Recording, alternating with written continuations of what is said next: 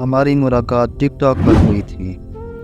اس کے بعد ہمیں ایک دوسرے سے بے حد محبت ہو گئی۔ اپنے پیار کا اظہار کرنے کے بعد ہم نے ایک دوسرے سے ملاقات کی۔ وہ ملاقات اتنی خوبصورت تھی کہ ہم دونوں نے ایک دوسرے سے شادی کرنے کا وعدہ کر لیا۔ ہم دونوں کی شادی کے لیے ہمارے گھر والے مان جاتے، مگر اس کے گھر والوں نے کبھی نہیں ماننا تھا، کیونکہ اس کا رشتہ پہلے سے ہی اس کے کزن کے ساتھ ہو چکا تھا۔ اسی لیے وہ اپنے گھر والوں سے بات کرنے کے لیے ڈرتی تھی، مگر میرے بار بار ضد کرنے پر اس نے اپنے گھر والوں سے بات کی تو اس کے گھر والوں نے اسے مار پیٹ کر گھر میں قید کر دیا۔ اس کے گھر والوں نے اس سے اس کا فون چھین لیا۔ اس کی وجہ سے ہمارا رابطہ نہیں ہو سکا، اور اس دن کے بعد ہمارا رابطہ مکمل ختم ہو گیا۔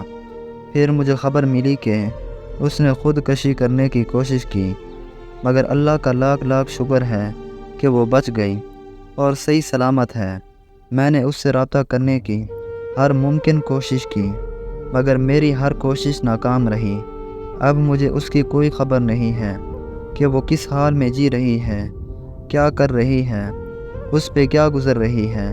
اب مجھ پر یہ عالم ہے کہ میں دن رات اس کی یاد میں، اس کے انتظار میں پڑا رہتا ہوں، یہاں تک کہ پاگلوں کی طرح اس کے گلی محلوں کے چکر لگاتا رہتا ہوں۔